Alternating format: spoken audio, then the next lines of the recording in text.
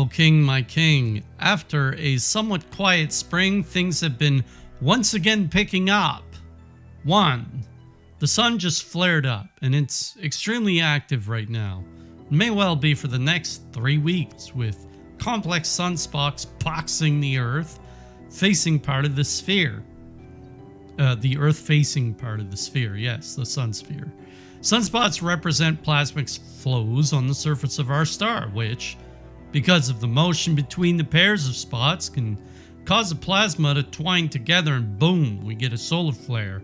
We ended up with a weekend of having been bombarded with something of 7 X-classed solar flares, bringing us northern lights much more southern than they're usually found. 2. Events like this cause us to recall the Carrington event of 1859, where a powerful solar flare, a kill shot, caused a lot of damage to telegraphs as they caught fire.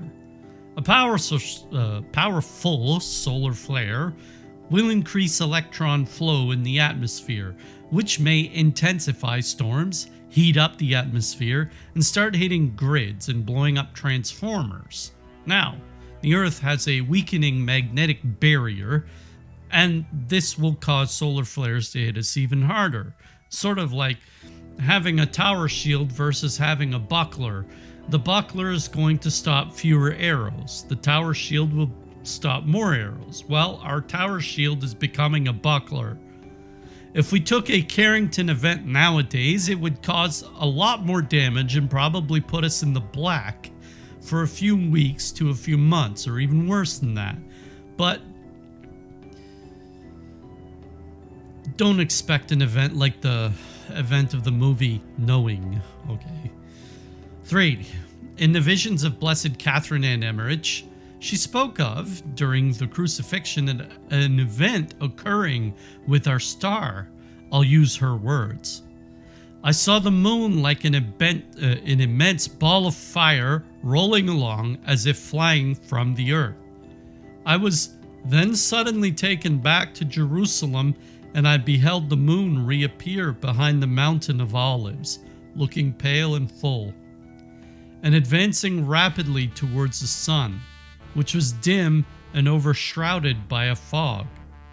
I saw to the east of the sun a large dark body, which had the appearance of of a mountain, and which soon entirely hid the sun. The center of this body was dark yellow, and a red circle like a ring of fire was around it. The sky grew darker, and the stars appeared to cast a red and lurid light. 4. I mention this because before World War II, there was also a light in the sky, though I do not know whether it was northern lights as a result of a flare again. However, it is a famous time for when Hitler, at his wolves' den, according to Father Malachi Martin, he said that the war would begin. This had been prophesied in the apparitions of Our Lady of Fatima and who is Our Lady of the Holy Rosary. 5. Physiologically, when the Earth gets bombarded by solar storms, people are also affected, and they will tend to act a little bit more impulsive, courageous, and resolute, which means it's more likely to cause an upsetting of the order. We are probably also due for a major earthquake sooner or later. 6. And think volcanic eruptions too, anyway. 6. Cosmic events happen in the powers above us, in the astral heavens, and no doubt rain unto us its effects, just as men or a house cat could disturb a fish tank. We humans live in a middle realm, and above us are the angels, and if the angels declare it is time for things to occur, the only thing we have is our virtue, which determines our relationship with God. And sin, of course, determines how far we get from God. 7. The Lord therefore calls us all to penance. if you have not been reciting the daily rosary, now is the day to start, my king. Is everything just around the corner? Whether they are or not, we must not delay. I would relate Father Ripperger's analogy. If a 300-pound man picked himself up the couch and decided he would run a marathon, he'd run half a block and the ambulances would come. But if he routinely took through this endeavor, he would improve and eventually be able to run the marathon. We must all use all the time we have to bring our virtues up to speed and get closer to God. I promise you, my king, we need every single advantage we can get. A daily routine of prayers must always be improved upon to upgrade our capacity for virtue, because this is a time for saints. 8. The Pope and his administration are continuing to issue documents and coming up with interesting quotations that are of questionable value to the faithful of the Church, and that is being generous. 9. Once again, the German portion of the Catholic Church is flirting dangerously with spiritual adultery, but I have a feeling it would only be the first domino to fall. 10. I fully expect our church is going to be shaken like a tree, and the weak limbs and the fruits will fall to the ground.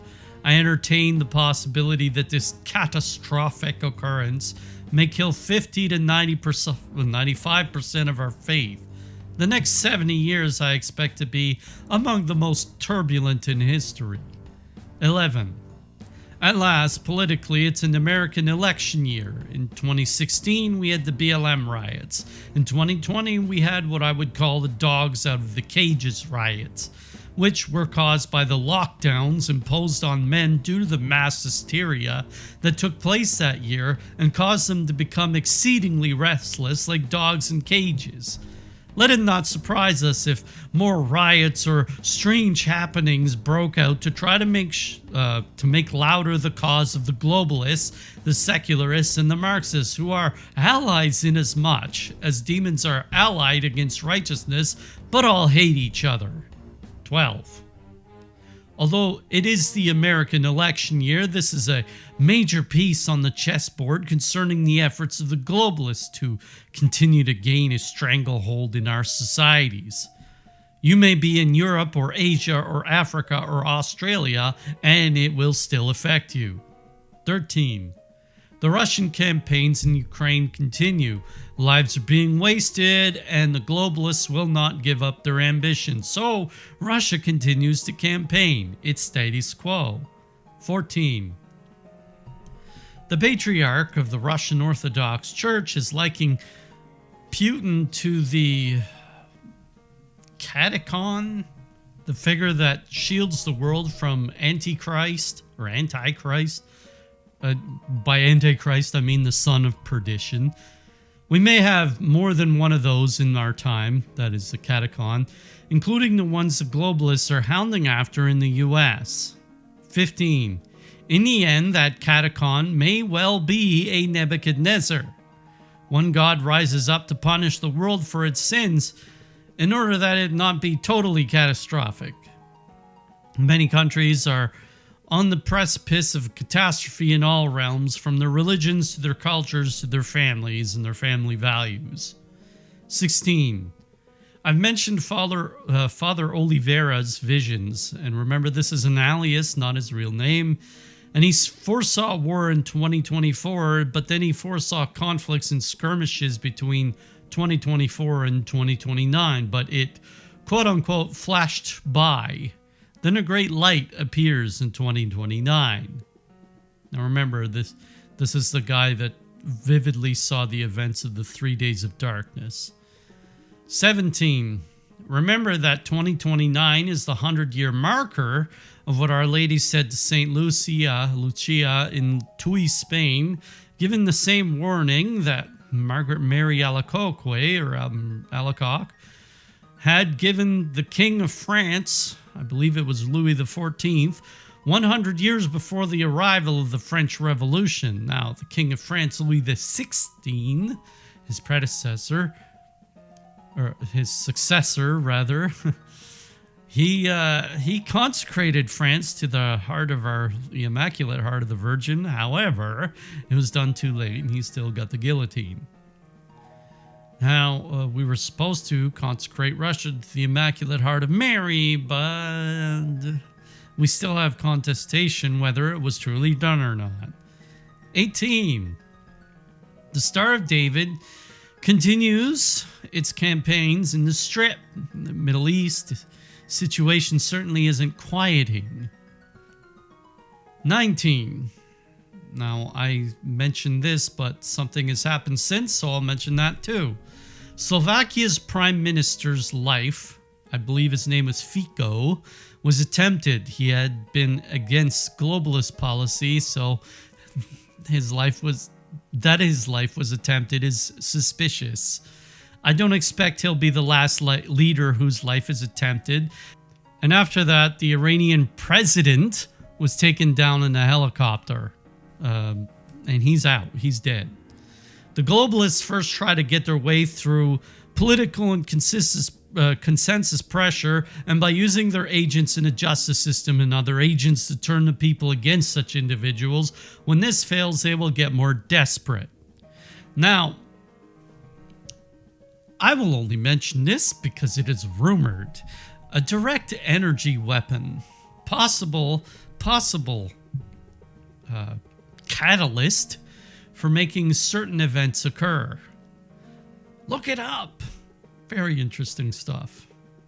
No, however, the angels are far more powerful than this. 20. Several countries are undergoing shifts. The Argentinian president has been kicking at the hornet's hive. I don't expect it's going to be too quiet as a result of that. 21. Private revelation and apparitions have been increasing around the world. We know that prophesying will increase when the times are nigh, but I urge caution, my king, that demons are also going to be much louder, and they're going to try to flood the world with nonsense, like the serpent tried to flood the woman out of the wilderness in Revelation 12.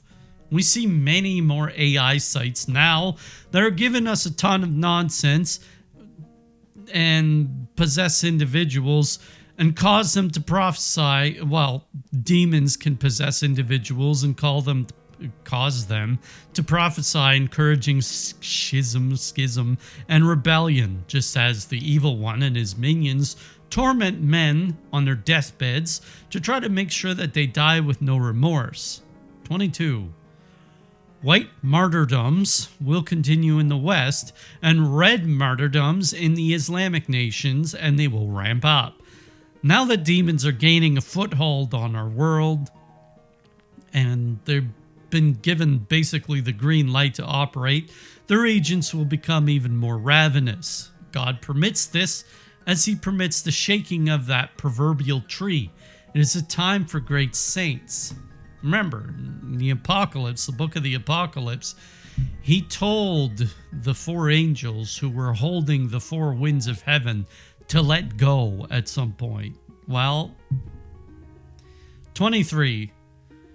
The ark, our Noah's ark, is Our Lady. Remain steadfast in your devotions to her.